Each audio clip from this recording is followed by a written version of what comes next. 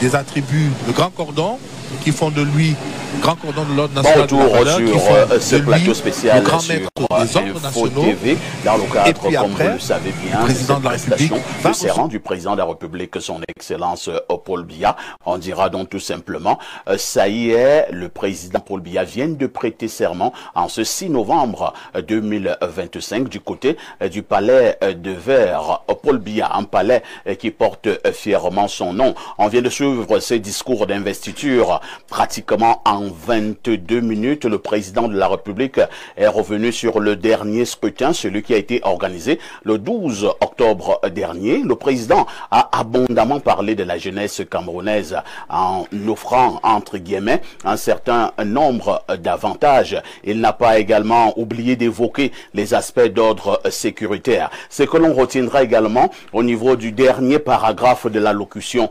présidentielle est que l'ordre régnera et le Cameroun continuera d'avancer, dixit le président Paul Biya.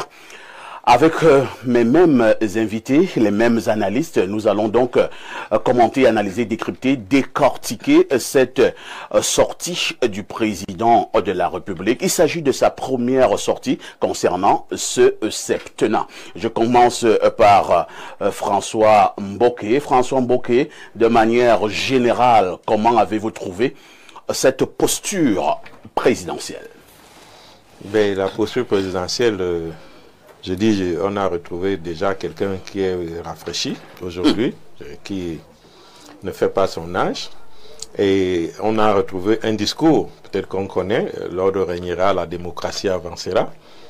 On a retrouvé des postures où on fait des promesses économiques, mais pas vraiment économiques, des promesses au niveau de l'emploi. Mais sans donner, c'est là où j'ai tiqué un peu, sans donner les voies de l'économie. Le principal problème que le Cameroun a aujourd'hui est économique. Nous avons une lourde dette, on estime à 43% du PIB. C'est vrai qu'au niveau communautaire, on peut aller jusqu'à 70%, mais le problème n'est même pas la dette. Nous sommes situés autour de 15 000 milliards de dettes aujourd'hui, dette publique. Si vous divisez par 28 millions de Camerounais, vous verrez ce que chaque Camerounais doit dans cette dette publique-là.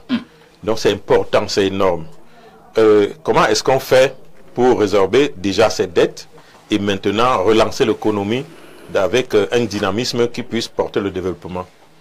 Je pense que pour que l'État crée de nouveaux emplois, il lui faut des moyens qui sous-tendent cette politique de création de nouveaux emplois. Aujourd'hui, ceux qui travaillent déjà pour le compte de l'État ne sont pas suffisamment rémunérés par rapport au niveau de la vie.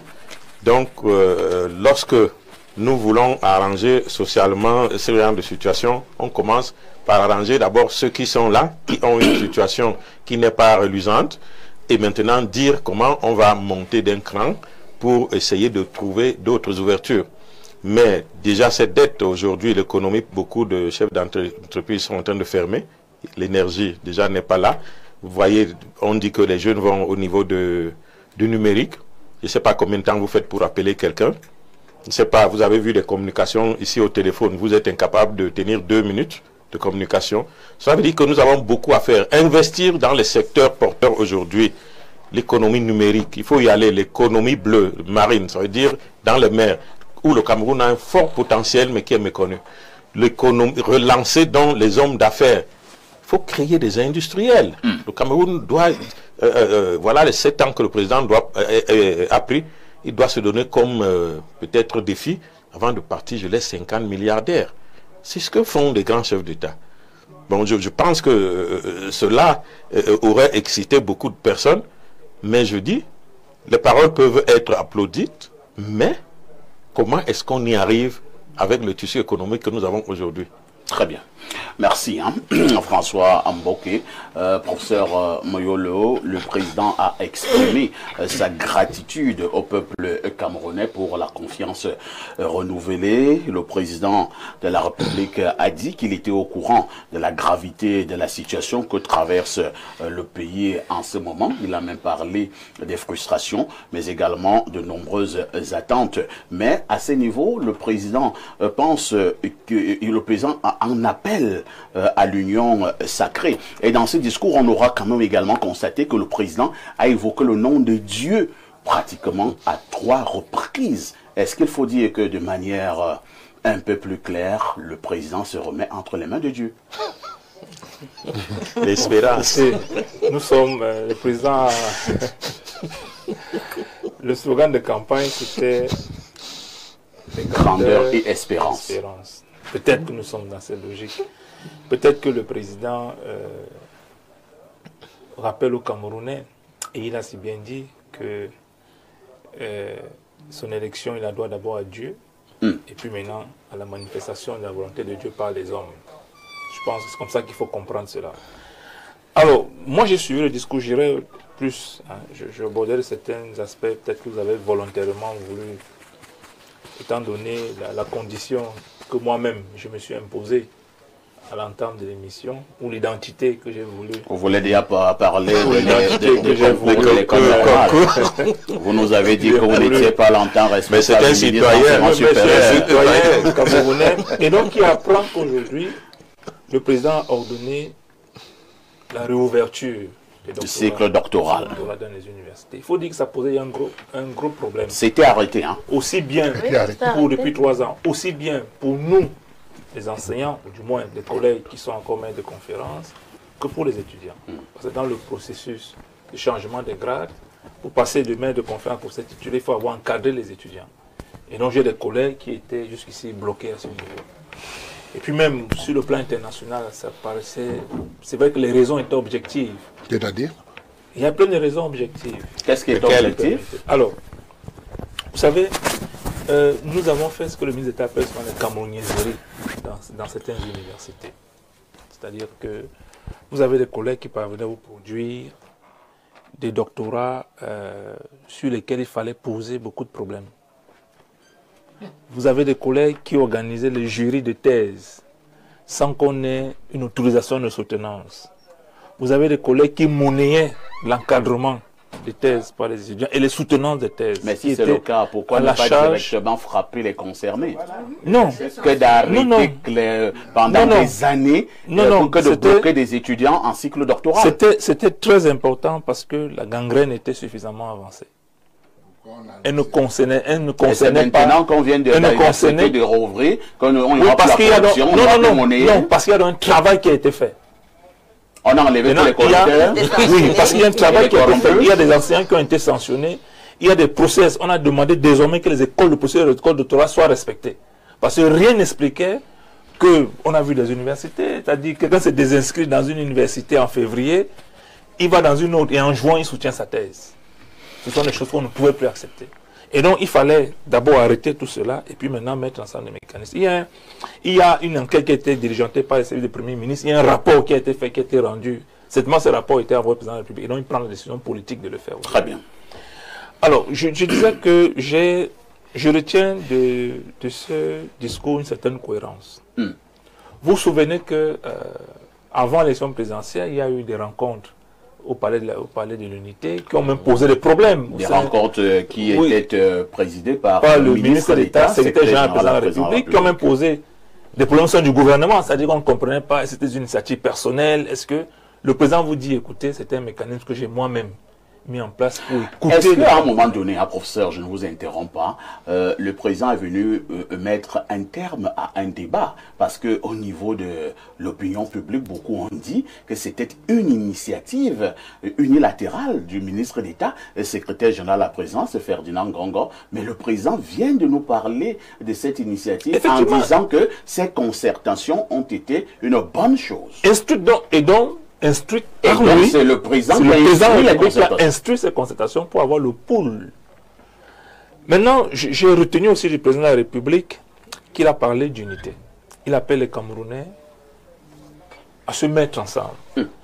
Et la projection que je peux faire, c'est-à-dire je suis convaincu aujourd'hui, peut-être on le disait on le supputait, je suis convaincu aujourd'hui qu'on va vers un gouvernement d'union nationale. Parce que le président appelle tout le monde à l'aider à atteindre les objectifs qu'il a donc clairement définis. En mettant en avant les femmes, et les jeunes. Et donc, contrairement à ce que François Mbokey disait, il y a un ensemble de choses qui sont faites, mais pour lesquelles il n'y a pas une publicité administrative. Et c'est dommage. Je prends le cas de l'entrepreneuriat. Hier, par exemple, il y a une signature conjointe entre le ministère de l'Enseignement supérieur et le MINPEMESA pour le financement de 22 junior entreprises. Et des junior entreprises qui ont été détectées lors du salon du génie talent étudiant camerounais qui a eu lieu en juin 2025 à l'esplanade du musée national. Et bien évidemment dans un contexte de l'université entreprise dans laquelle nous sommes aujourd'hui. Donc moi je suis rassuré si, et seulement si, les mécanismes annoncés par le président de la République en faveur de l'entrepreneuriat jeune sont mis en place. En réalité, ils viendront à la rencontre d'un ensemble d'initiatives disparates qui sont faites par le ministère, le MINPEMESA et le ministère de la Jeunesse. Et donc, si on a aujourd'hui une coordination nationale, j'ai bon espoir que dans les 2 ou 3 années qui arrivent, on aura certainement des champions issus des incubateurs, des incubateurs d'entreprises qui sont dans les universités, et même des projets qui sont portés individuellement par les étudiants. C'est également, pour finir, c'est l'occasion de saluer 2 choses. La réouverture des concours dans les écoles normales.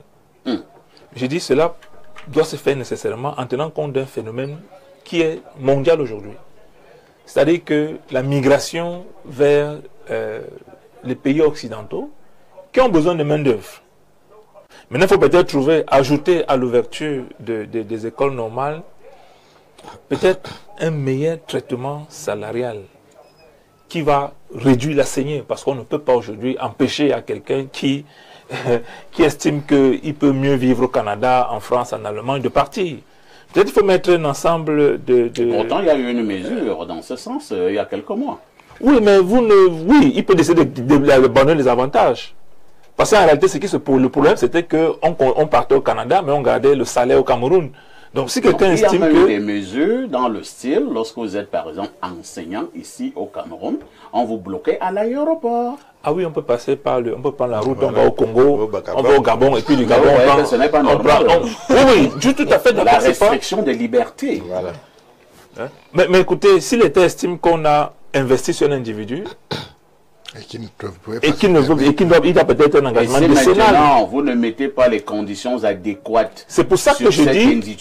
C'est pour ça que je dis. Au-delà du salaire, peut-être qu'il y a un ensemble de mesures qui doivent être prises. On parlait en off du Tchad. Une mesure qui a été prise au Tchad, par exemple, c'est que nous avons une structure comme le crédit foncier. Peut-être qu'il peut accompagner les jeunes sortis des écoles normales, de l'ENAM, de l'IRIC et tout ça, les accompagner pour que tout le monde puisse avoir un point de terre, pour avoir une maison. Un ensemble de facilités qui ferait que, une fois de plus, on ne peut pas empêcher aux gens de chercher le mieux-être ailleurs. Mais je pense qu'il faut mettre maintenant un ensemble de conditions qui permettent de contenir... Parce qu'il dit que ce que j'ai dit, trouver des failles, qui nous disent d'où l'État prendra, d'où viendra l'argent. Et les 22 projets dont il parle, c'est 420 millions qu'ils ont mis dans le projet que je connais. Alors, si chaque année, vous allez mettre peut-être tous les 2 ans, 500 millions, pour combien d'étudiants? Quelle est la masse critique que vous avez? Est-ce que vous avez fait une étude de faisabilité pour savoir le nombre de jeunes sortis de l'école de formation? Je ne parle même pas de ceux qui ont fait des formations professionnelles que vous pouvez encadrer. Est-ce que vous avez des chiffres et comment est-ce que vous avez classé donc en termes de budget et en termes d'encadrement des jeunes sur combien de temps? C'est de cela qu'il s'agit. Moi, quand je parle, je vois une tâche et je vois une stratégie pour y arriver. En une minute, j'évacue ça très rapidement. Si vous avez lu vous avez bien lu le communiqué, ce sont des étudiants issus des centres d'incubation des universités publiques. Ça veut dire qu'il y a un processus qui est là, il y a un processus de sélection qui est parti donc des incubateurs, c'est-à-dire l'État met de l'argent depuis des années dans les incubateurs, et puis maintenant on estimait qu'en réalité, une fois que ces enfants sont sortis, qu'est-ce qu'on fait? Parce que on s'est bien rendu compte que quand c'était les incubateurs, c'était au petit bonheur la chance.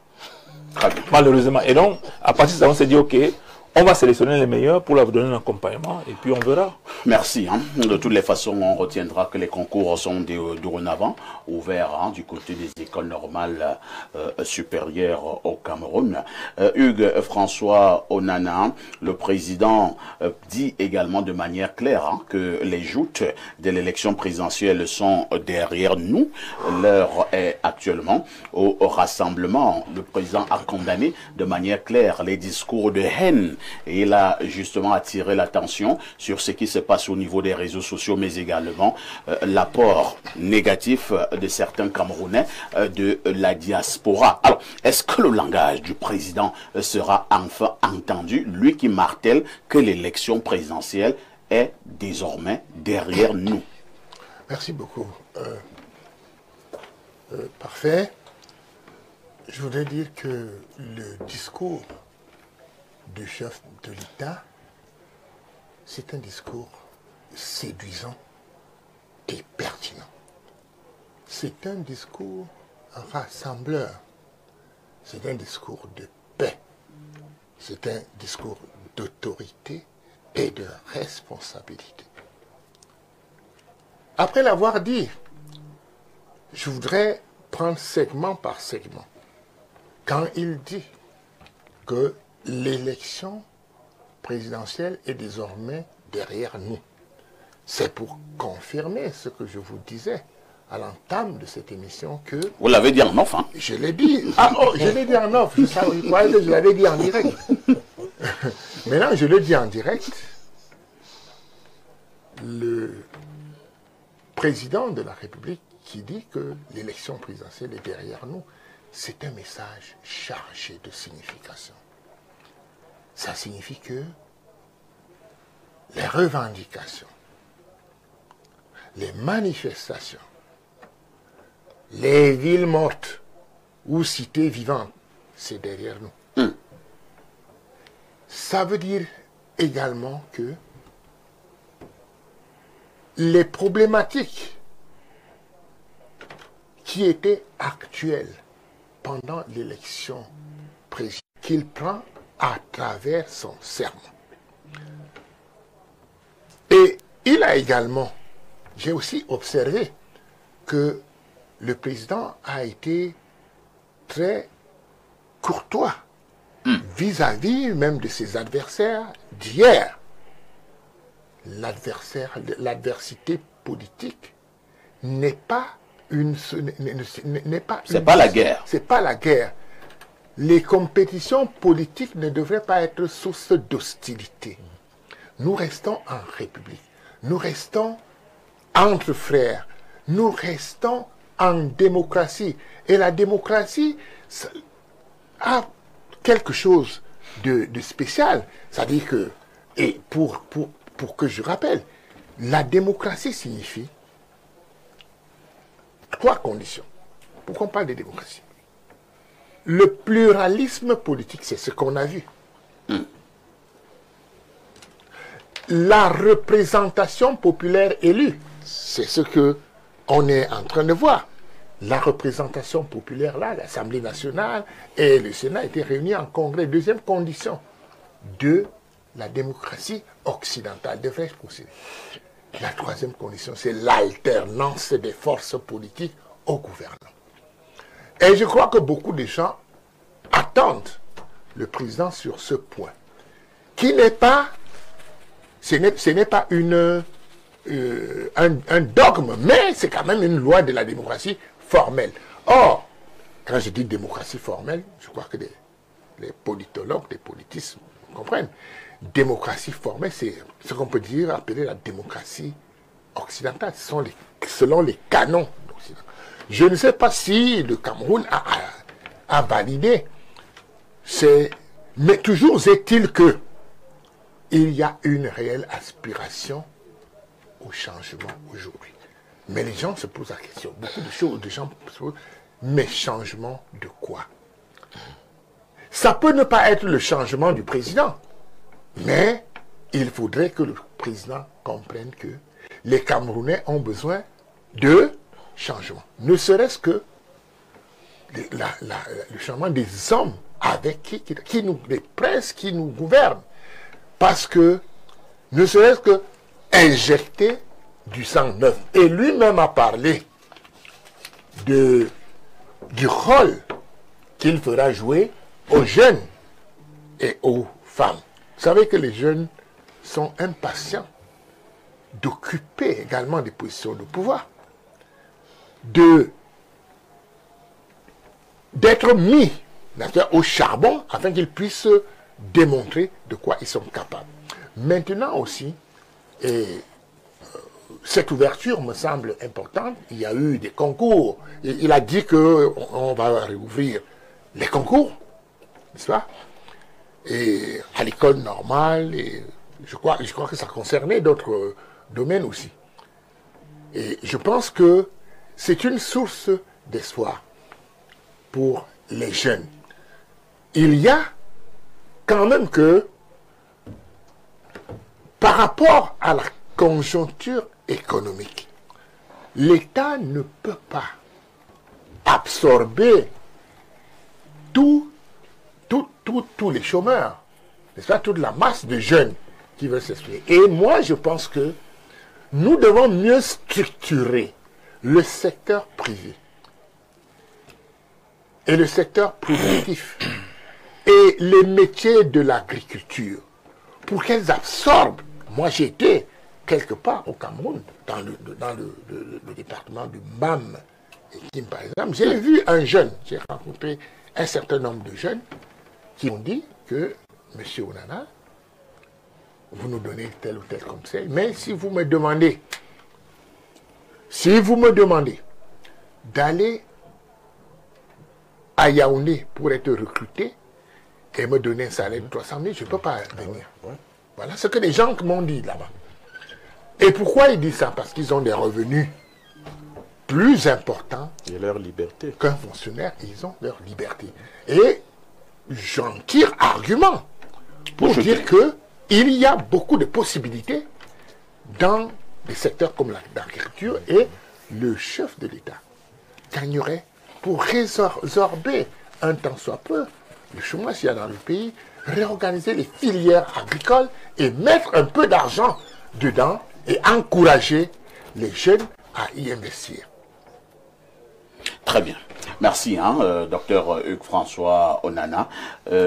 Madame Rioux, le président a été très clair. Il est pratiquement resté fidèle à sa politique de campagne et même à cette idéologie lors de cette campagne. Il dit clairement que la situation des jeunes et des femmes sera au cœur de ce septennat.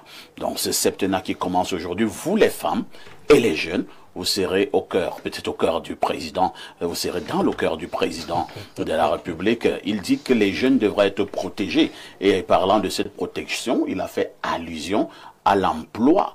C'est juste encore des paroles de campagne, ou alors vous pensez que le président a compris les cris des jeunes et les cris des femmes? Si j'étais un pasteur, je devais dire, vous lisez les cerveaux. Puisque je suis ce discours avec beaucoup d'expectation, et quand j'écoute ces mots que vous venez de répéter, ça me donne beaucoup de joie, et la question reste encore sur mon cerveau. En 2018, le président avait parlé des jeunes. Il a parlé de l'agriculture. Aujourd'hui, nous sommes au secteur de l'environnement, et beaucoup de jeunes, je vous assure, se sont lancés dans l'agriculture. Voilà la vérité face à ce que nous on a vu. Beaucoup de jeunes n'ont même pas de terrain. Beaucoup de jeunes n'ont même pas accès aux propriétés laissées par leurs fins parents. De fins parents, merci beaucoup. Beaucoup de ces jeunes qui ont même un petit terrain pour cultiver n'ont pas de matériel. Et la question c'est, les ressources vont sortir d'où pour développer les ressources nécessaires pour que cette idée, ce sujet d'agriculture soit un sujet pour développer notre nation. Et ces jeunes se sont découragés. Beaucoup ont abandonné cette initiative qu'ils ont bien commencé avec l'espoir du succès. Avec beaucoup d'engouement. Avec beaucoup d'engouement. Et à la fin, ils se sont découragés. Parlant de découragement, c'est ça le mot. Les jeunes sont découragés. Pas seulement au secteur agricole, au secteur social, au secteur économique et surtout politique. Et ils se demandent la question, notre président vient de nous faire une promesse, en fait des promesses. Tout à l'heure, là, il est en train de rentrer dans son palais. La question, c'est qui va manœuvrer cette promesse? On va encore le On voir. va nous lâcher comme on nous lâche souvent. Mais nous avons l'espoir, puisque le papa a parlé, notre cœur est abaissé, mais notre cœur n'est pas calme. Jusqu'à cette rêve est réalisé, nous restons toujours avec les yeux ouverts pour regarder la suite. Merci, Monsieur le Président. Merci. C'est une femme donc qui remercie le président de la République. Il a dit que certaines mesures vont être prises dans des tout premiers mois. Je me retourne vers l'homme politique, l'un des hommes politiques sur ce plateau, Martin Monofon. Le président de la République dit clairement que la lutte contre la corruption va s'intensifier. Je souligne que c'est pas la première fois que le président de la République utilise exactement cette formule. La lutte contre la corruption va se poursuivre tout en s'intensifiant. Il avait dit dans un discours, il est revenu aujourd'hui pour nous le faire savoir. Mais plus le président le dit, les populations ont la nette impression qu'à chaque fois que le président l'a dit, les gens ont encore plus été corrompus et il y a encore eu plus de détournements et tout ce qui va avec. C'est pas mieux que le président arrête de le dire? Ah bon? Moi je parle des indicateurs. Hein? Je trouve. Non, vous avez décidé d'encadrer ma question, je vais encadrer la réponse. Mais j'aurais été plus à l'aise pour avoir aussi à faire comme les autres, à faire de façon plus holistique l'analyse du discours. Maintenant, comme vous voulez que je parle de cette lutte, je pense que c'est dommage que je sois toujours obligé de revenir à mes casquettes. J'ai été directeur de la Brigade nationale des contrôles. Oui. Alors, on nous reproche tous les jours, on nous reprochait, il y a la hausse des prix. C'est l'une des poches de corruption aussi au Cameroun. Hein. Bon, c'est un autre débat. Mais ce que je voulais vous dire, ceci, c'est que c'est terrible de confondre souvent celui qui recherche les solutions à ceux qui créent des problèmes. C'est-à-dire que dans le cas de ce que je vous disais, vous avez en face de vous des commerçants qui tous les jours fabriquent de nouvelles méthodes pour tricher et vous devez aller après eux. Qui peut sérieusement penser que le président ne lutte pas contre la corruption? Il y en a qui disent d'ailleurs qu'il en fait trop. Quand on regarde, là c'est un peu gênant de le dire comme ça. J'ai écouté un discours de ceux qui disaient vraiment laisse aussi nos gars parce que on a trop mis les gardes chez nous en prison. Mais ce combat, il est, c'est quoi? On n'atteint jamais la perfection là-dessus. Donc c'est un combat permanent parce que les hommes... Est-ce que c'est pas une belle excuse? Non, c'est pas une permanent. Donc, permanent aussi, voilà. Détournement permanent. Je suis embêté parce que ce n'est pas... C'est la nature des hommes qui est comme ça. La nature des hommes est de voler. Est-ce que les Camerounais ne volent pas un peu plus? Voilà, malheureusement, mais la question que vous posez, c'est de savoir, est-ce que le président met en place ce qu'il faut pour les traquer? Et je crois que oui. Maintenant, est-ce qu'ils font tous les jours un peu plus pour voler? Malheureusement, c'est aussi oui. Donc, c'est un combat permanent. Et c'est heureux. Moi, je pense qu'il ait évoqué ça. Ça veut dire qu'à aucun moment, il ne veut lâcher cette lutte qui est noble. Mais seulement, parfait, je vous permettrai quand même de dire quelque chose sur le discours au-delà de ce Allez-y. D'abord, je prends la posture de celui qui aura, très modestement, mais qui aura participé à cette élection. Donc, vous me permettez d'exprimer ma satisfaction d'arriver au bout, parce que j'ai été vice-président de la commission communale de Zoé-Télé, j'ai été coordonnateur d'un secteur. Vous permettez que, de façon peut-être égoïste, mais légitime, je sois satisfait de ce qu'aujourd'hui mon champion ait été élu, et je suis heureux qu'il ait pris conscience. Et là, je reviens dans l'analyse du discours pour vous dire ceci. Après cette satisfaction, j'ai noté avec beaucoup d'intérêt que le président vous dit qu'il a une conscience parfaite et aiguë des défis en nombre et en intensité qui l'interpellent pour ce nouveau mandat. On peut toujours dire, oh, il a toujours dit, mais moi je constate que son parcours est il est le même, c'est-à-dire qu'il va toujours vers ceux qui... Il écoute notre population, il écoute ce que... Et là aussi, c'est le premier qui parle à titre de façon pertinente du peuple, parce qu'il vient d'être élu par le peuple. On entend tout le monde parler, le peuple a dit, le peuple a dit. Et là, lui, il vous dit, il a été par la volonté du Dieu Tout-Puissant et du peuple. Je pense qu'on peut convenir ici sur ce plateau que il a compétence pour pouvoir parler du peuple, parce que 53%, 54%, dans les grandes démocraties, c'est une victoire immense, parce qu'on est élu à 50,5, 51. Il a été élu par 53. C'est pour ça que je disais que nous sommes en train de traverser une étape et peut-être nous nous en rendons pas compte. Nous sommes déjà dans une démocratie où le peuple s'exprime librement et celui qui a été choisi par la majorité s'exprime pour vous dire j'ai conscience des défis en nombre et en intensité qui m'interpellent pour ce mandat. Nous devons nous avons le devoir quand même de respecter sa parole. Quand on nous ramène à ce qu'il l'a souvent dit, on peut en convenir. C'est un fait. Mais je dis, nous en convenons. Nous en convenons. Il a souvent dit parce que ces problèmes ne sont pas des problèmes qu'on règle, là je le paraphrase encore, par un coup de baguette magique. C'est des problèmes qui concernent des hommes. Moi je comprends que des jeunes comme ma voisine, qui n'ont pas écouté le discours de Biya en 82, qui ne l'ont pas écouté, qui n'ont peut-être même pas lu sa pensée, mais qui sont influencés par ce qui se dit dans les réseaux sociaux. Est-ce qu'on a besoin de lire sa pensée pour comprendre que le Cameroun est un pays purement de corruption? Tous les indicateurs sont au rouge. Je vous réponds si vous me donnez 30 secondes. Je suis tout à fait d'accord avec vous que on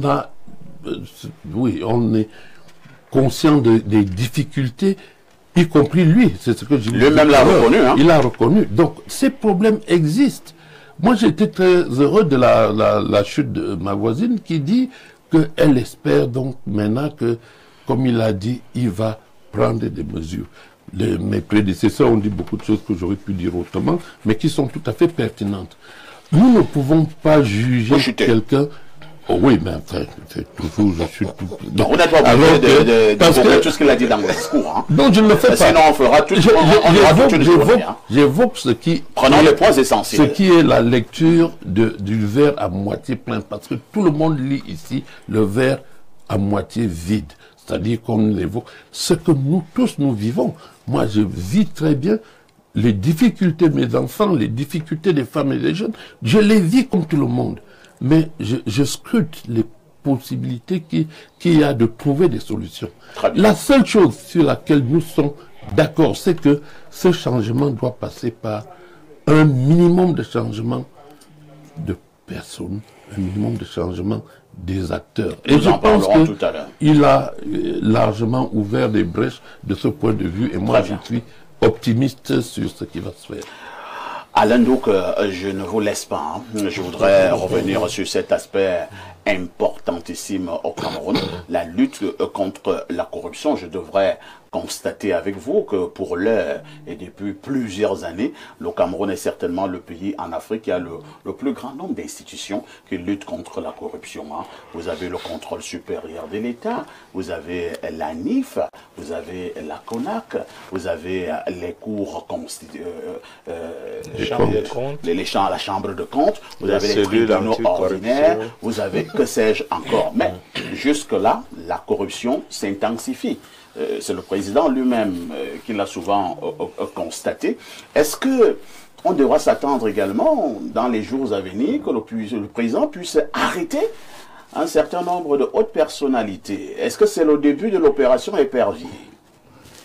Vous savez, moi j'ai toujours dit, je vais être désagréable par rapport à tout ce qui s'est dit jusqu'ici. Moi j'ai toujours dit que l'ADN de ce régime, c'était la corruption.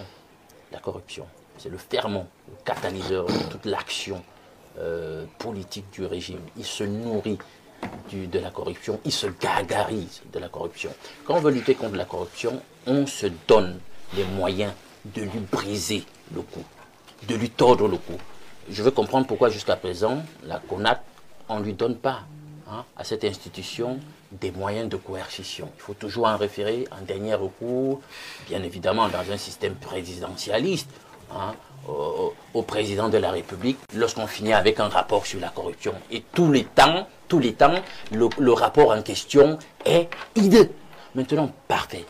Avec ta permission, pour ne pas m'attarder dessus, je vais faire une analyse économique du discours du président. Vous savez, le Cameroun est réputé être une nation de grands rhéteurs, bon parleurs. Mais je tiens à vous dire que il y a un gap entre le discours politique, la propagande et l'action politique. C'est bien beau tout ce que j'ai entendu le président dire, mais moi je peux vous dire, je m'appelle Alain Douk, je mets quiconque le voudra au défi. Prenez une intelligence artificielle pour faire la synthèse de ce qu'a dit le président, les principaux actes de son discours. Que l'intelligence artificielle vous donne aussi l'essentiel de ce qui revient à chaque fois, sur 10 années avant, dans les discours du président de la République. Je vous mets à défi. Et vous verrez qu'en substance, c'est l'essentiel. Nous sommes dans la redondance. Il n'y a rien de nouveau. Rien de rien. C'est les mêmes choses. Alors, je vous pose une question. Vous pensez que il y a un adage bien camerounais qui dit on ne change pas d'équipe qui gagne. Bon, vous pensez justement que si je mène une politique bon gré mal gré qui marche, même si c'est sans résultat, je suis tenu de la changer? Pas forcément. Pas forcément.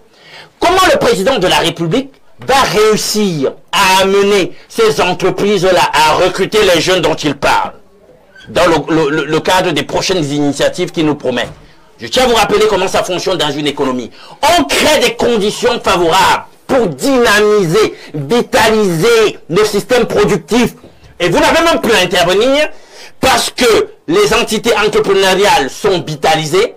Elles vont, pour leurs besoins de production, absorber, en termes de force de travail, ce que le marché propose. Il faut qu'on soit clair là-dessus. Alors, dans le contexte camerounais, 99, je cite leur chiffre, 99,8% du tissu productif camerounais est constitué de PME. Maintenant, allez voir l'espérance de vie des PME au Cameroun. 80% d'entre elles font faillite au bout de 5 ans.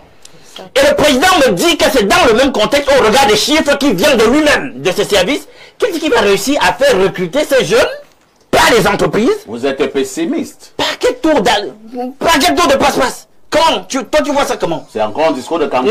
Non. On est dans la propagande politique. Et Jacques Chirac disait, bah écoutez, les promesses politiques et tout ça, ou électoralistes, n'engagent que ceux qui y croient. Et moi je pense que ça l'élection est finie. Non, mais est-ce que Paul Biasson, un politicien, il est toujours dans le marketing de soi. Bien maintenant, regardez le secteur de production primaire chez nous. Soyons sérieux. Rien que la machinerie, ça fonctionne. On utilise les tracteurs là dans notre agriculture. On veut toujours amener à faire les mêmes choses. On vous demande de tenir la matière, etc. C'est comme ça que ça va marcher et qu'on va dynamiser le secteur en question. On parlait sous ta maestria ici du secteur laitier par exemple. Oui. Donc on est dans l'élevage, etc. Est-ce que le secteur laitier, la production, l'agro-pastoral, etc. Est-ce que ça marche? On a bien vu que c'est mitigé les résultats là-bas. Bien, est-ce qu'il y a un pont entre le secteur en question et le secteur qui crée le plus de plus-value, à savoir l'industrie, le secteur secondaire? Notre industrie, avec les statistiques les plus réjouissantes, les plus élogieuses, on dit que notre industrie participe à 27% dans le PIB. Alors, donc, il n'y a même pas une passerelle pour transformer ce que nous n'arrivons même pas déjà dans le secteur primaire à produire. Comment on va créer la richesse qui permettra qu'on se permette ces recrutements à tout va? Les annonces de recrutement, vous savez, ça n'a rien de nouveau. On passe au temps à recruter comme ça. Parfois, on recrute. D'accord? On dit, on va prendre tel nombre de docteurs, puis par la suite, on ne sait même pas comment les placer. Parce que quand vous prenez des gens, il faut être capable de les payer. C'est l'économie qui est le déterminant, le catalyseur de l'action politique. Vous allez rester dans des... Alain Doc, allons d'abord du côté du Canada, hein, s'il vous plaît. Priorité au téléphone. Toutes mes excuses pour cette envolée que je viens de stopper. Il y a un autre jeune, hein, s'il vous plaît. Il y a un autre jeune qui nous appelle du Canada, bien qu'il soit enseignant d'université du côté de Montréal. Et ça tombe bien parce qu'il est également économiste. C'est ce qu'il enseigne là-bas aux Canadiens. Docteur Mbada, bonjour. Bonjour, parfait. Bonjour à votre panel. Je présume que vous avez écouté, comme nous, le discours d'investiture du président de la République du Cameroun, Paul Biya. Je vous accueille avec ce point sur le plan économique. Sur ce plateau, certains parlent d'espoir, mais d'autres pensent qu'au niveau économique au Cameroun, nous sommes à la traîne et que le président Paul Biya, c'est du déjà entendu. Réaction. Bon, parfait, il faut bien commenter quelque chose. J'ai bien entendu ce que M. Ndo vient de dire, le fait que nous devions aller plus au niveau du développement de notre politique industrielle. Je pense effectivement que on a un gros problème au niveau de l'offre de travail. Au niveau de la demande, les jeunes, on a une masse critique qui est là, qui est importante. Et quand j'ai entendu le discours du président de la République, je me suis dit, c'est un début, mais effectivement, j'ai bien peur que ce soit peu par rapport à l'échelle des besoins. Recommencer à recruter au niveau des doctorats, essayer de donner des financements aux jeunes pour créer des entreprises. Il faut savoir qu'il y a plusieurs rapports de l'Organisation internationale du travail qui nous dit que malheureusement, la plupart des entreprises créées par des jeunes périclitent, donc disparaissent 1 an, 3 ans ou plus tard après leur création. Et pourquoi? Parce que généralement, les promoteurs de ces structures-là assument tous les rôles. Ils sont comptables, ils sont chauffeurs, ils sont planificateurs, ils sont... donc, ça ne leur permet pas malheureusement de se déployer et de bien utiliser leur talent. Donc, moi, je suis comme beaucoup, je suis convaincu qu'aujourd'hui, il faut avoir une politique industrielle ambitieuse et que peut-être il faut utiliser le septennat non pas pour essayer d'avoir des gains politiques à court terme, mais essayer de poser les jalons d'une transformation économique qui va porter des fruits à moyen et à long terme. Je pense qu'il faut sortir de cette immédiateté, parce que dans le discours du président de la République, j'ai quand même senti qu'il y avait une urgence, une fin d'agir, et ça, je trouve que c'est un point positif, la nécessité d'être dans l'action, parce que je pense qu'aujourd'hui, beaucoup de nos compatriotes sont très déçus par le discours politique et ont vraiment besoin qu'on mette en action ce que nous avons déjà eu dans le DSCE, dans la stratégie nationale de développement 2030, dans la vision 2035. On est les champions du monde des plans, des stratégies, de tout ce que vous voulez, mais aujourd'hui, il y a un seul mot, l'action, l'action, l'action. Docteur Eric Mbada, est-il encore possible que nous puissions rêver dans un pays d'atteindre cette affaire d'une économie à 2 chiffres? Je ne sais pas si parfait vous avez vu le dernier rapport du MINEPAD sur la productivité, un excellent rapport qui mettait en phase justement les chiffres de la croissance et de l'inflation. Et quand j'ai vu ça, j'ai pensé à un papier que le professeur Bokolo Ebia a partagé sur LinkedIn où il parlait de croissance appauvrissante. C'est-à-dire qu'il disait que nous faisons de la croissance, mais quand nous ramenons ça dans le réel et que donc nous faisons la soustraction avec l'inflation, on regarde par exemple que la charge de l'État augmente, Docteur, que le niveau général du prix augmente. Donc est-ce qu'on va atteindre des taux de croissance à 2 chiffres? Actuellement, la structure de l'économie ne le permet pas. Docteur Mbada, oui. Vous dites, vous avez cité le professeur Bokolo Ebia qui était très sceptique. Il est un as en économie qui critique de manière acerbe l'économie du Cameroun. Lorsqu'il était recteur, est-ce qu'il avait fait ce constat? L'économie est à genoux depuis 2 ans au Cameroun? Parfait. Il faut qu'on ait un momentum. Il faut qu'on ait un momentum. Si on dit qu'on veut établir, pointer du doigt les uns et les autres, on ne va pas avancer. Le président de la République aujourd'hui a une posture de dire de main tendue. Mobilisons-nous et avançons. Il a dit aujourd'hui, et je le cite, et je veux le prendre au mot, je suis prêt à travailler avec n'importe qui, ma main est tendue. Je vais ouvrir, je vais donner des places aux jeunes. Je vais travailler avec les gens de la diaspora. je veux le croire, je suis un démocrate, nous donnons la parole, nous donnons la chance aux coureurs. Si nous ne donnons pas la chance aux coureurs, ça ne vaut plus la peine d'avoir un système démocratique. Nous devons le prendre au fait et nous devons penser que ça reste possible et mettre notre énergie pour développer le pays. Nous n'avons pas de pays, donc nous devons réussir. Nous sommes condamnés à réussir. Docteur Eric Mabada est enseignant d'université du côté de Montréal. C'est un valeureux Camerounais. Info TV te dit merci. Merci, parfait. Bonne journée à vous. Alain Douk, c'est vous qui aviez la parole, vous la récisissez et vous ferez un effort déterminé en moins d'une minute. D'accord. Et vous voyez, on peut chuter comme ça, notamment aussi sur le secteur secondaire. Dites-moi un peu. Il est plutôt dynamique, ça je le concède chez nous. Mais comment va-t-il atteindre la vitesse de croisière dans un contexte où l'Internet est là? Je ne sais pas comment le qualifier, et où il n'y a pas d'énergie. Et justement, quand il n'y a pas d'énergie, oh là là, qu'est-ce que l'industrie finalement pourra faire? Rien du tout. Au moins 3 à 4 fois la semaine, on me déleste. Ça, c'est au niveau des ménages. Dans un tel contexte, qu'est-ce que l'industrie peut faire? Quand des gens vous disent que même dans la zone industrielle, à Douala, la Bonabéry, il y a les mêmes délestages. Attendez les amis, et on vous dit que c'est vraiment dans le contexte en question qu'on va recruter les gens à tout va. Vous savez pourquoi ils disent ça? Ils vont continuer à faire les mêmes choses qui ne marchent pas. C'est-à-dire continuer à nous enfoncer dans l'endettement. Parce qu'au niveau de l'intelligence économique des gars, c'est sclérosé.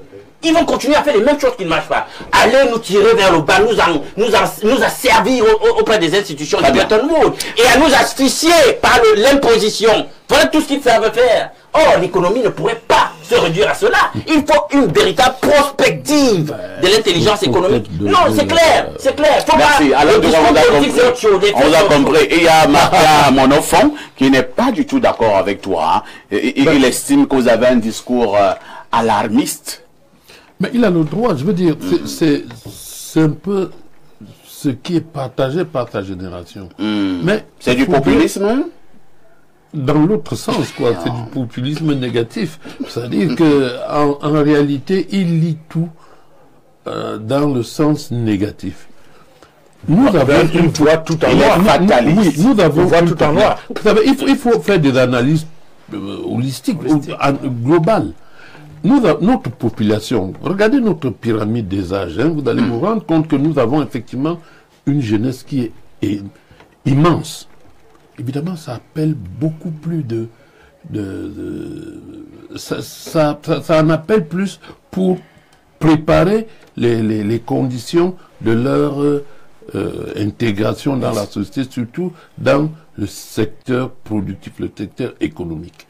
Mais nous partons d'une situation où les jeunes pensaient, et leurs parents avec, que la fonction publique était l'aboutissement d'une vie réussie. Ce n'est plus ce n'est plus vrai. C'est pas vrai. Ça, en réalité, ça n'a jamais été vrai. Quoi, c'était circonstanciel. On avait l'impression que on pouvait faire beaucoup parce que la demande existait. Il manquait des instituteurs, il manquait des professeurs, il manquait de médecins. Aujourd'hui, nous avons la preuve au Cameroun qu'on peut être médecin et être chômeur. Donc, il faut changer. Mais est-ce que c'est beau quand vous le dites? Mais ça donne les larmes aux yeux. Hein. Au Cameroun, on peut être médecin et être chômeur. Mais comment un médecin peut-il chômer en réalité? Mais la bonne question... Parce qu'il n'a pas d'emploi, docteur. Si vous me laissiez finir, c'est parce qu'on a toujours l'impression qu'on ne peut être médecin que pour être directeur d'un centre de santé ou ainsi de suite. Mais un médecin, c'est une profession. Et ça, je suis content du discours du président. C'est une profession qui appelle à pouvoir, décider de créer de l'emploi. Avec les moyens? Voilà la bonne question. Et là, je dis aujourd'hui, il en a parlé. Peut-être qu'on n'avons pas écouté le discours entièrement. Il a parlé des moyens qui doivent être mis en place pour qu'un médecin qui n'a pas la possibilité d'entrer dans la fonction publique, parce qu'elle ne peut de toutes les façons pas prendre la fonction publique, pas prendre tout le monde, mais qu'on puisse avoir un meilleur, comment dire, une géographie de notre santé qui permette, là où il n'y a pas de... d'avoir des... Et il y a beaucoup de personnes qui vont intervenir. Rapidement. La gérante de Monofond fait lever 4 doigts sur le 6. Donc vous comprenez que... Parce que c'était une digression. J'ai pris l'exemple du médecin. J'aurais pu prendre n'importe quel. Donc, je veux dire qu'il raisonne sur les schémas qui ont toujours existé, de croire que on ne peut avoir réussi sa vie que parce qu'on a trouvé une fonction que l'État vous aura offerte. C'est les conditions de tout un autre schéma qui sont en train de se mettre en place. Et c'est ce que je voudrais que nous puissions sortir de ce couloir économique pour s'attaquer à d'autres couloirs, surtout qu'il nous reste à peine 10 minutes. Voilà, pour le faire. Non. D'abord, le docteur François Nana. Oui, moi je voudrais dire que je comprends le discours... deux générations. D'une génération. Je le comprends. C'est tout à fait normal. Il n'y aura pas de conflit des générations. Je crois que à leur place, nous tous ici, on ferait la même chose. Voilà. Mais il faut toujours savoir raison garder. Voici le président qui prend un nouveau engagement et prend des engagements. Il faut que ce qu'il a dit, ces promesses, qu'on essaie de le prendre au mot, qu'on essaie de l'encourager à aller jusqu'au bout. C'est pour cela que les gens qui accompagnent le président, c'est surtout à eux que nous les jeunes, parce que comme l'aîné disait tout à l'heure, il a parlé de, il a pris l'exemple d'un médecin, c'est un exemple parmi tant d'autres. Et je voudrais convoquer ici l'expérience d'un de nos voisins, le Nigeria. Je crois que vous, qui êtes ma fille, vous connaissez bien le Nigeria. Là-bas, le chômage ne s'absorbe pas principalement dans les rouages de l'État. C'est-à-dire, chacun a son business dans les pays anglo-saxons, au Nigeria, et même chez les anglophones. C'est pour cela que, comme on parlait tout à l'heure, je suis heureux que le président ait parlé même un peu de la crise anglophone, même pas un peu, il a parlé de ça. Je crois que nous avons beaucoup de choses à tirer de nos amis, de nos frères anglophones. Par exemple, cette affaire de baser tout sur l'État. C'est pas seulement sur l'emploi. Car moi je suis souvent séduit par la manière dont les anglophones s'organisent dans leur ville, dans leur communauté. Propriété, l'accueil. Ils ont parfois eux-mêmes surtout les femmes, hein, les solutions à leurs propres problèmes. On doit aménager un puits ici. On doit organiser un champ communautaire. On doit faire ceci. On doit faire... Très bien, c'est compris, docteur. Je voudrais chuter. Oui, chutons rapidement, docteur. Je voudrais chuter. Tout en payant les impôts qui doivent le faire. Oui, je voudrais chuter en disant que, franchement, comme c'est un nouveau départ, nous devons faire confiance à notre président.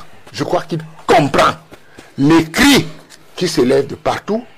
Monsieur le Président, le peuple vous a confié un mandat et c'est à vous maintenant de jouer. La balle est dans le camp du président. La balle est dans votre camp, Monsieur le Président. La balle est dans votre camp. Surtout que les messages envoyés lors de ce scrutin ont été clairs, messages émanant du peuple camerounais. Professeur Boyole, je voudrais qu'on sorte un peu de ce couloir économique pour attaquer le domaine de la sécurité, sauf cas de force majeure. Oui, juste une précision pour dire Alain. Donc, en réalité, les incitations, il y a un ensemble d'incitations qui sont mises en place pour les entreprises qui recrutent ces jeunes-là. Je vous ai parlé, l'exemple, la loi d'orientation de l'enseignement supérieur prévoit par exemple que les entreprises qui recrutent ces enfants peuvent faire l'objet d'exonération. Il y a un dispositif qui est déjà qui est mis en place. Le président ne parle pas au hasard. Maintenant, je dis, il faut aujourd'hui aller plus loin, c'est-à-dire que de pouvoir dire au ministère des Finances qu'il y a une loi de l'orientation. Le ministère des Finances, c'est lui l'ignore. Non, je veux dire, maintenant, il faut mettre ça en place. Sauf que l'impôt général, c'est bêtisé, ne fait pas du bien aux très petites entreprises, aux PME. Maintenant, autre chose. Il faut, je comprends bien qu'il y ait un pessimisme généralisé. Non, c'est les faits. Il y a un pessimisme généralisé. Pollution de l'environnement général des affaires. C'est pas moi qui le dis. Mais je peux te rassurer d'une chose. Vous l'admettez. C'est que je peux te rassurer d'une chose. Le type d'expérience que j'ai au ministère de l'Enseignement supérieur veut que depuis 2017, nous détectons les étudiants porteurs de projets. Nous créons des entreprises. Qui meurent au bout de 5 ans. Ah non, alors là, pas du tout. Parce que celles que vous avez... Oui, non, ces statistiques, les statistiques sont là pour faire... Avec, bien avant, on vous établit, on dit, ok, voilà le résultat auquel vous devez aboutir. Mais moi, je parle d'expérience, je parle de faits. Aujourd'hui encore, nous avons 22 entreprises. Les plus jeunes ont été créées en 2022. Les plus anciennes en 2017. Elles font du chiffre. Il s'agit tout simplement de trouver un encadrement. Très bien. On ne peut pas généraliser ça. Donc, j'ai compris. Parfait. Est-ce qu'on peut crédibiliser ce discours dans un contexte où l'économie est extravertie? J'ai dit une fois. Mourons, moribond. Les gens passent au temps à importer. Non, ça leur fait là. Comment tu dis non? Je te dis une fois de plus. Moi, je dis une fois de plus. Moi, je dis une fois de plus. C'est pas mon temps que tu donnes. Nous avons les évidences. C'est bien de nier les évidences. Je prends juste un exemple. Les secteurs d'activité pour les entreprises que nous avons, sur lesquels nous avons misé, sont les secteurs d'activité qui trouvent un ancrage. Non, nous lisons d'abord quelques messages. Monsieur Aïssi, dites aux gens du RDPC que les enfants sortis des écoles supérieures depuis 2023 n'ont pas de salaire. S'il vous plaît, lisez mon message. Je pense que je vais faire. Allons en plus 41. C'est un message qui nous vient de la Suisse. Salutations, monsieur Parfait Aïssi. Je tenais à te dire que tu es le meilleur des modérateurs. Très original. Ta façon de tenir le panel, c'est au pied du mur qu'on reconnaît le maçon. Tu es meilleur que tes anciens collègues d'eux. Bravo. C'est Sonja depuis la Suisse qui envoie ce message. Un autre message. Bonjour Perfecto et les panélistes. Le président a toujours eu de très bons discours. Le problème que nous, les jeunes, avons avec lui, c'est au niveau de l'application. Pour une fois, il passe des paroles aux actes. C'est Daniel AJC qui envoie cette contribution. Un autre message ce matin. Il s'agit du message de Pancras de Guider. Voici ce qu'elle dit. Bonjour à ici et toi d'Albert Parfait et à tout ton panel. Dont le père s'y jure qu'il n'augmente pas le salaire des fonctionnaires. Voilà. Le problème des enseignants. Il n'en a pas parlé. Voilà. En tout cas, la seule chose que j'ai retenue, c'est à douce souhait. Un autre message ce matin, cet après-midi donc déjà. Bonjour Parfait. Une chose est de reconnaître les problèmes, une autre de mettre les solutions en œuvre. Au Cameroun, on a l'art de contourner les solutions et en passant, que le président sache que Dieu n'est pas maçon pour venir reconstruire pour nous. C'est Éric de Fougerolles. Un autre message, celui-ci nous vient du plus 32. C'est un message qui nous vient de la Belgique. Bonjour, très cher Parfait Aïssi. Le grand tournant du Cameroun commence effectivement aujourd'hui. Je suis très optimiste après être passé par un grand pessimisme il y a quelques années. Depuis 2003, je n'ai plus mis mes pieds au Cameroun, mais je projette ma fin de vie à Kribi où je suis né. J'ai pris la peine de faire beaucoup de recherches et de comprendre beaucoup d'aspects de la géopolitique avant de me rendre compte de la grandeur de son Excellence Paul Biya dans sa vision du Cameroun de demain et d'ailleurs de l'Afrique. Le Cameroun, dans plusieurs domaines, a souvent des précurseurs. Notre président a posé des jalons d'une percée du Cameroun vers la prospérité. Et j'en suis sûr, le grand décollage commence aujourd'hui. Bonne suite d'émission. C'est René Calvin César Monezeux, bassiste-compositeur en jazz afro-brésilien. On parle même de quelle prospérité? Bonjour. Il faut se demander quel sera le sort des jeunes formés comme auditeurs libres depuis qu'on a fermé le concours d'entrée à l'école normale supérieure. Une autre contribution. Que dit cet autre téléspectateur? Bonjour Parfait Aïssi et bonjour à tout le panel. Je voudrais m'adresser aux panélistes présents sur le plateau et également à ceux actuellement absents qui pensent que sur un certain nombre de points importants, on ne peut pas comparer le Cameroun aux pays développés jouissant d'un certain background historique. Je trouve que cette logique n'est pas du tout sérieuse car ces pays ont certes un gros background, mais il reste que la gestion demeure du fait des hommes, et qui plus est, des hommes que nos Camerounais de la diaspora surpassent de temps à autre sur le plan scolaire dans leur propre université, et ce faisant au cours dans leur langue natale à eux. Ces étrangers sont également admiratifs des performances de ces Camerounais sur le plan professionnel. Exemple du cardiopathe d'Arthur Zan. Les exemples sont légion, de qui précède notre intelligence camerounaise est donc au moins égale à la leur. D'où je trouve que c'est une injure et du mépris que de dire qu'on ne devrait pas comparer le Cameroun aux puissances occidentales, car les deux cas, les États sont gérés par les hommes et les hommes camerounais sont bons.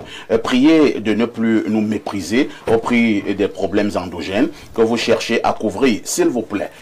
Et dire à la fin, merci. Alors, le président a parlé de la crise au Nozo, la crise des sécessionnistes, entre guillemets. Il tend une fois de plus la main à ces Camerounais-là. Il l'a dit lors de l'avant-dernier discours, maintenant c'est donc l'avant-dernier discours, le 6 novembre 2018. Malheureusement, apparemment, ce discours n'a pas été très bien entendu, même si le président reconnaît que progressivement la situation est maîtrisée. Parfois ici, je pense que celui qui a vécu ces 2 dernières semaines les événements du Cameroun comprend que le problème des Camerounais n'est pas le chef de l'État. Le problème des Camerounais, c'est qu'ils ont faim. Ah bon? Mais vous regardez où ceux qui étaient dans les rues ils ont passé les poissonneries. Poissonneries, voleurs de poissons. Arrêter les camions qui transportent des chèvres, des sacs de riz. C'est un message. C'est un message. Ceux qui ne l'ont pas compris, ce n'étaient pas des gens qui allaient s'attaquer. Ils allaient des cibles. Vous avez des cibles. Il y a de la nourriture aussi. Allons la chercher pour vivre 2 jours. Ouais. Donc pour 2 jours, il y en a qui ont risqué leur vie, qui sont morts. Il y en a qui ont été attrapés, qui sont en prison. Et il y en a peut-être par chance qui se sont dissimulés. Mais ceux qui n'ont pas compris ce message n'auront rien compris. Le septennat qui vient de se terminer a été un septennat chaotique pour les Camerounais. En 2018, nous avions une dette globale autour de 10 000 milliards. Maintenant, nous sommes un peu plus 14 000. Vers 15 000. Bon, 14 000 milliards. Vers 15 000. C'est vers 15 000 milliards. 14 000 milliards. J'ai des derniers chiffres. C'est vers 15 000 milliards. Ça court. Voilà. Donc, si nous sommes à ce niveau, et quand je fais les mains comme ça, vous comprenez que, entre guillemets, nous sommes à ce niveau-là. Comment est-ce qu'on fait? C'est tout intérieur. Cette forte dette intérieure est due à quoi? Lorsque tu as dit cette dette, il n'y a pas de l'argent? Ouais, mais est-ce que vous pouvez... Non, la dette, non, c'est la dette globale. C'est la dette globale. Alors, je vous l'ai dit ici d'entrée, que si vous divisez cette... C'est dû à quoi? Mais c'est dû seulement au fait que nous allons emprunter et nous ne réalisons pas. Lorsque je vais au marché du crédit, c'est pour développer un business. Si nous allons emprunter et que nous ne réalisons pas, je suppose que lorsque nous allons... Attendez un peu, on va doucement. C'est très important. Je suppose que lorsque nous allons emprunter, nous avons déjà fait un plan, nous avons un budget, nous savons ce que nous voulons réellement faire. Il y a eu un devis, il a été chiffré. Et nous allons donc emprunter pour ce projet. Mais comment se fait-il que nous ne puissions pas réaliser après avoir emprunté? Deux choses. On finance des mauvais projets et on choisit les mauvais projets. Le bon projet qu'on aurait pu choisir, qui nous coûtait moins... Il n'y a pas la prévarication. Non, mais attendez. Le meilleur projet qu'on devait prendre, c'était d'abord la réhabilitation de la Sonara. Parce que le coût de la vie qui a explosé aujourd'hui au Cameroun et peut-être qui touche les autres pays. Qui a d'abord brûlé la Sonara? Pourquoi la Sonara n'était-elle pas assurée? Qui a brûlé la Sonara? Pourquoi la Sonara n'était-elle pas assurée? Bon, je vous repose la question. Maintenant, lorsqu'on a dit qu'on organise la Coupe d'Afrique des Nations, on a pris quand même, la CAF nous a encore donné 2 ou 3 ans, non?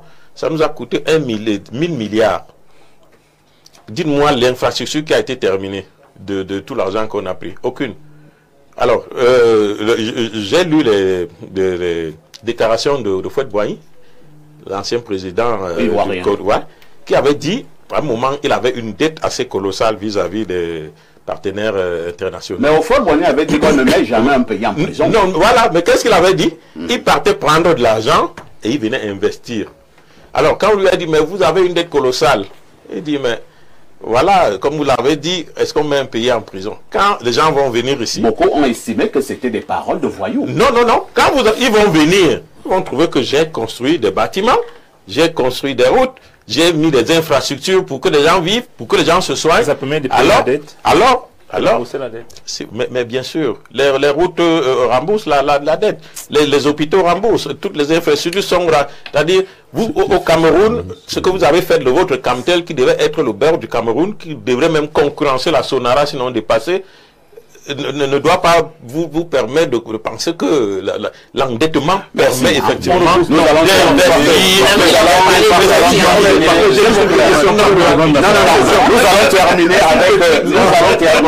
nous allons terminer avec une phrase choc du président de la République. Et c'était justement à la fin de son discours. Et nous terminerons par cette phrase-là. L'ordre régnera, le pays continuera d'avancer. C'est une parole des dictatures ou alors c'est pour démontrer que le pays est debout. C'est la souveraineté d'un pays. Ben absolument, vous avez la réponse dans votre question. C'est-à-dire la dictature? Non, pas du tout. C'est l'ordre. Mais je vous ai demandé 15 secondes tout à l'heure pour dire à l'Induc que il faudrait peut-être prendre acte de ce qui existe. Le Cameroun est le seul pays en Afrique noire où la distribution est tenue par ses nationaux. Il n'y a pas un pays où vous trouverez... La distribution de quoi? La distribution, c'est un terme économique. La distribution de quoi? Voilà. Enfin, vous avez les grands, oui, y compris les jeux naturels, les grands centres commerciaux. Carrefour, ici, la casino. C'est pour ça qu'on vous pose la question.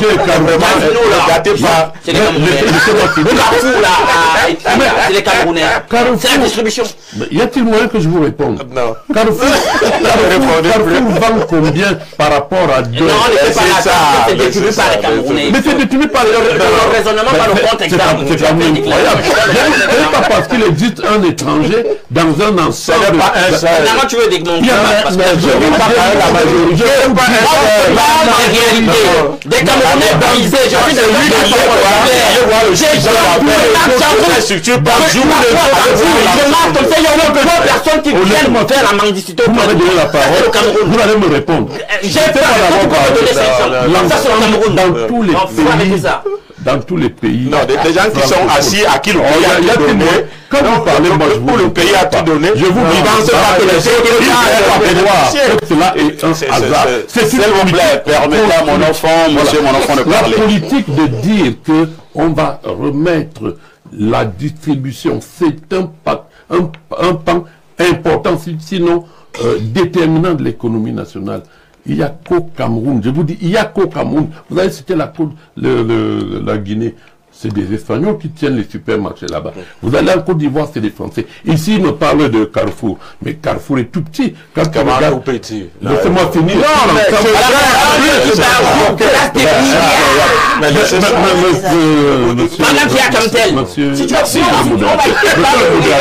Je parlais des faits. Non, c'est pas vrai. Lesquels? C'est pas vrai. On vous a compris. Vous pouvez pas savoir la dame. Les multinationales font à l'économie camerounaise. Vous ne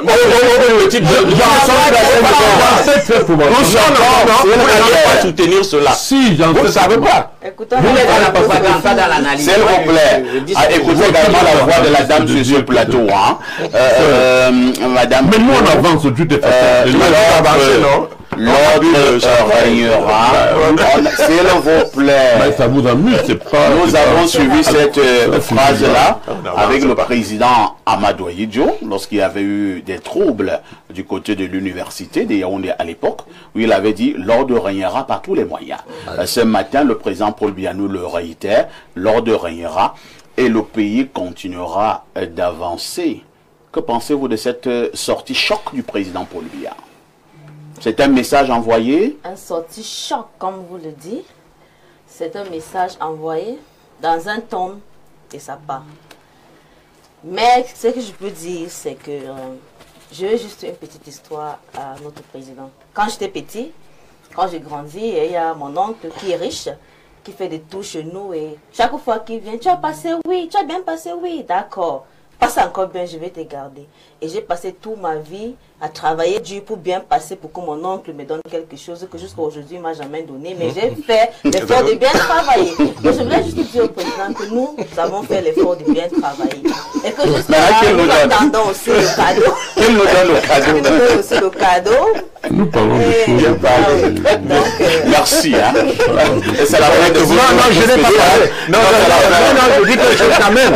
En quelques secondes, docteur. En quelques secondes. Je crois que le message du chef de l'État, dans le pan auquel vous venez de faire référence, l'ordre régnera et le Cameroun continuera à avancer, je crois qu'il a beaucoup caressé ses adversaires dans le sens du poil et qui ont cru que, comme ils ont été soutenus par l'impérialisme étranger, ils étaient hors de portée et que il n'était plus astreint aux lois de la République.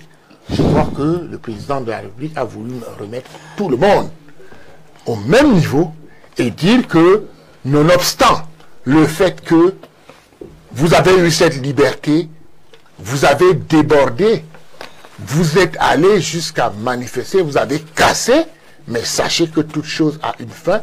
Nous sommes dans une république qui a ses lois et que ces lois-là doivent être respectées. Et que même si vous vous réfugiez au Nigeria ou au Pakistan, la loi du Cameroun peut vous pousser. Merci beaucoup. Nous sommes arrivés au terme de ce plateau spécial. Nous signalons tout simplement que la suite du programme de cette journée de prestation de serment au Cameroun, prévoit justement cette remise des attributs de grand maître des ordres nationaux par Monsieur Philémon Yan en sa qualité de grand chancelier des ordres nationaux. C'est dans quelques minutes du côté du palais de l'unité à Yaoundé, et en soirée, il y aura un buffet qui sera offert aux invités, buffet organisé par Monsieur Paul Biya et Madame Chantal Biya. Nous allons dire merci à toutes nos équipes, valeureuses équipes dynamiques réunies ce jour pour cette costaud de production, un peu plus de 4 heures de temps, 4 heures et demie de temps de télévision, il faut le faire. Merci infiniment à toutes ces équipes techniques et rédactionnelles. Merci infiniment à notre président directeur général, Monsieur Dieudonné Van, pour toutes les facilités qu'il a pu accorder pour que nous ayons cette production spéciale. Vous aurez sans doute la rediffusion de ce programme ce soir à partir de 22h30. Au nom de toute l'équipe et au nom du groupe La Météo, nous souhaitons tout simplement bon vent au président de la République, son excellent Paul Biya, pour cet autre mandat et qu'il vient de prendre devant le peuple camerounais. Avec tout ceci, que faites-vous encore ailleurs?